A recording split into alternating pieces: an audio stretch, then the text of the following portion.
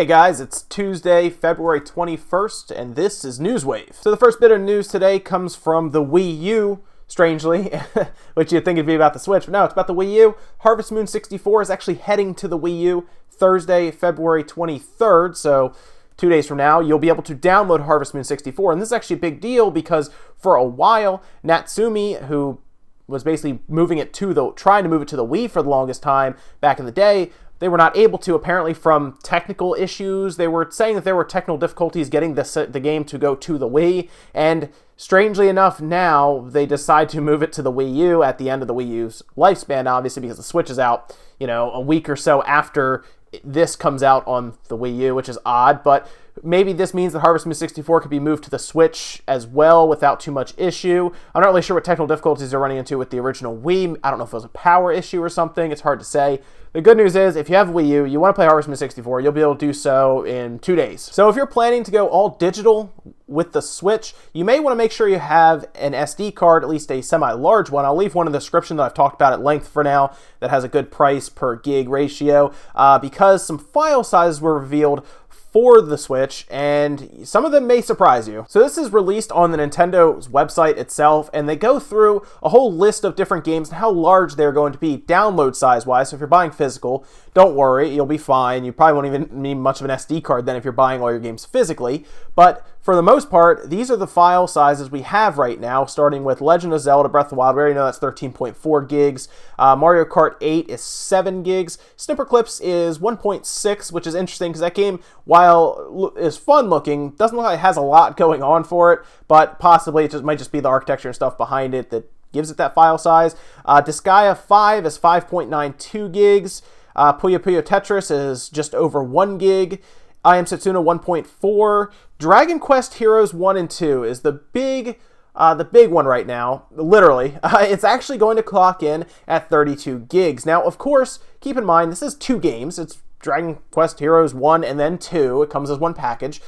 So, yeah, I could see that. I mean, maybe one is a little bigger than the other, or maybe they're 16 gigs apiece. I don't know, but this means that Dragon Quest Heroes 1 and 2 you cannot download unless you have an SD card, because that would, of course, eclipse the internal storage that you get with your Switch, being about 25.9 gigs after the operating system has taken up its share. Which isn't a big deal, like I said, if you are going physical, but I'm sure there will be a lot of people who want to go at least somewhat digital, or maybe all digital, since this is a portable system as well. Maybe you don't want to take around a bunch of game cards with you. Make sure you invest in an SD card that is good quality, and I guess at this point, kind of large, because if games like Dragon Quest Heroes 1 and 2 have no problems being 32 gigs of space, there's going to be some other games coming out that are going to be probably around that 30 to 32 gigabytes, maybe even 40 gigabytes, who knows at this point. So make sure you have a large enough SD card. Maybe it's worth getting 2, who knows. We'll see what games come out down the road, especially third-party games, because keep in mind, Dragon Quest Heroes 1 and 2 is a third-party game. Other third parties may see this and say, oh, we don't have to really compress our stuff. All right, great. Here's Ghost Recon, 40 gigs, boom.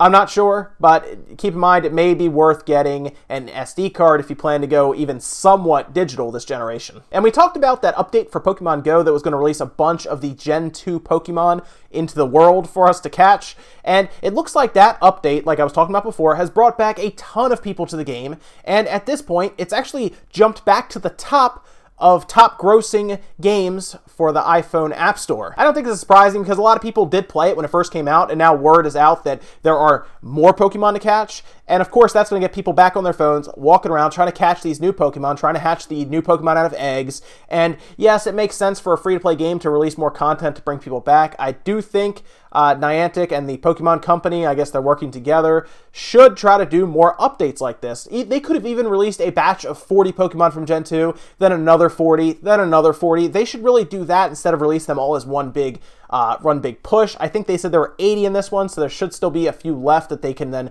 push out. Maybe they do a weekend where they do a legendary Pokemon where they have one that is hard to get but is out there.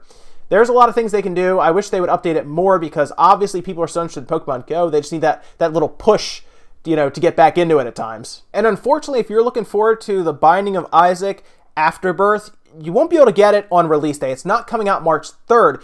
Nicholas actually took to Tumblr and explained that it will be delayed, but it should still come out in March. Now, no specific reason was given as to why it's being pushed back. It's hard to say. It could be maybe a distribution issue. Maybe there's something not quite right with the optimization. It's hard to say. Maybe there's something small they want to iron out. But at this point, there's no date given. They just are saying, hey, it's coming out in March. But they did give us an update on a physical version, which is really cool. So along with the copy of the game, you can get the Isaac face sticker, but it also comes with an alternate cover. So it has like a reversible cover for the game. And there's also, which I love, by the way, a 20-page instruction booklet. I've talked about it at length. I miss instruction booklets. All of my Vita games, for the most part, did not come with one. It was on the card itself, which to some they don't care, but I kind of miss the old school approach to having a booklet you could leaf through if you just wanted to read up on the characters' bios, or maybe you actually needed help with something. And from a collector standpoint, I do like having an instructional booklet,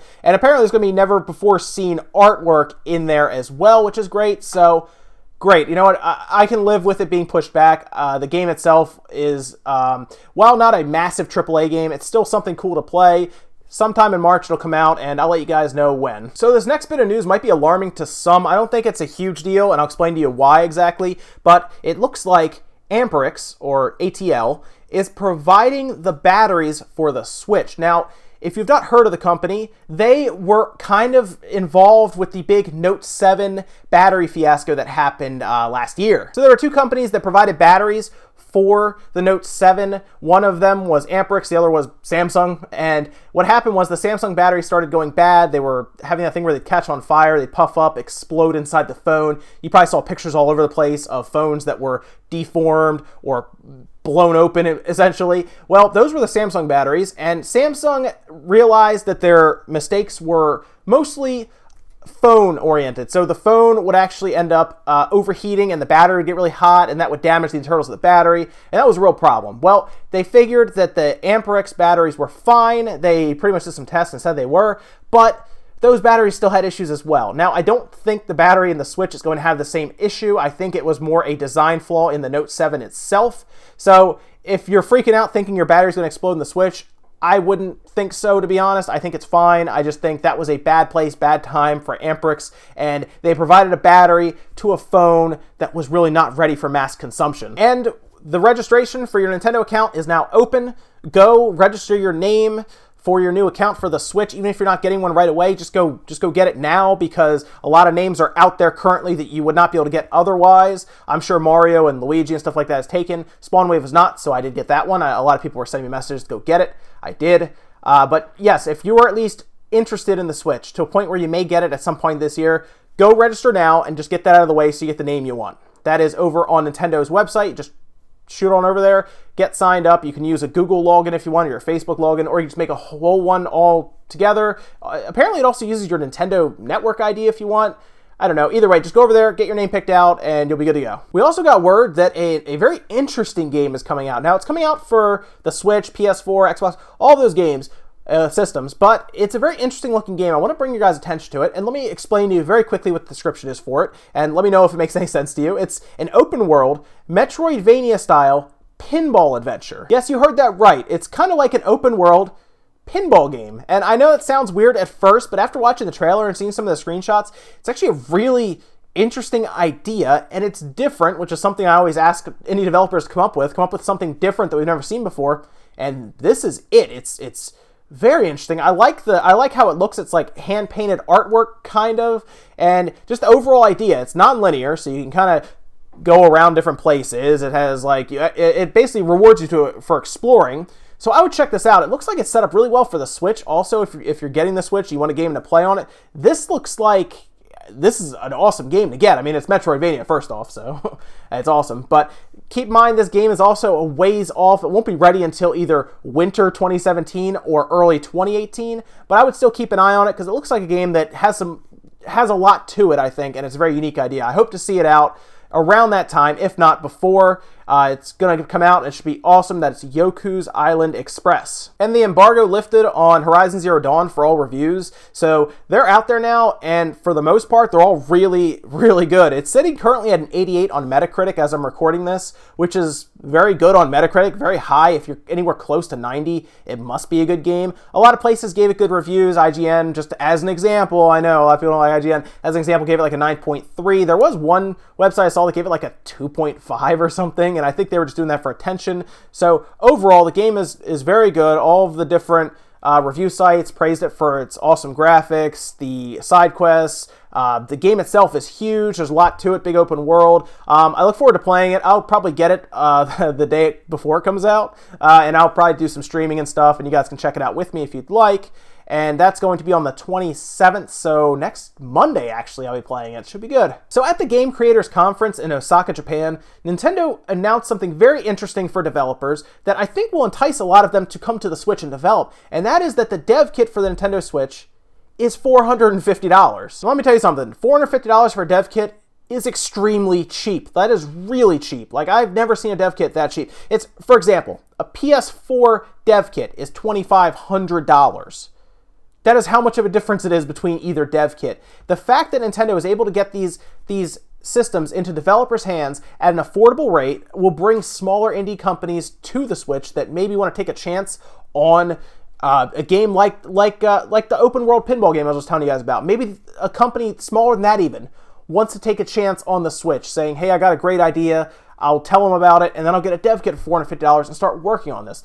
Great idea by Nintendo. I think they're hitting really on all cylinders right now with developers. They really are trying to make this easy for other companies to develop for, and they're trying to put every tool they can in their hand. Vulkan, MVN, OpenGL, $450 dev kits. They're saying, hey, bring the indies, bring them on in, and let's get these out on the systems. I think a lot of people are going to be surprised in like 2 years from now, and they look back on this game library for the Switch. I think it's going to be very surprising for a lot of people about how this little, what really is, if you look at it, 6.2-inch tablet is able to house all of these games portably in dock mode on your TV. I think Nintendo, honestly guys, has a home run on their hands with the Switch. It's going to sell well. I think developers want in.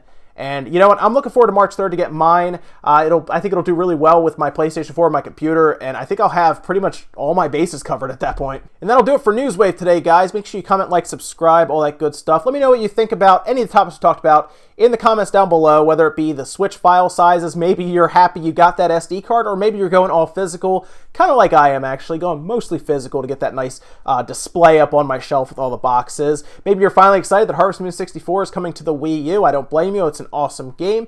Or maybe you're interested in this $450 dev kit. Maybe you're an indie developer who's been thinking about it for a while and realized, wow, that's a very affordable dev kit. I could actually develop something for the Switch.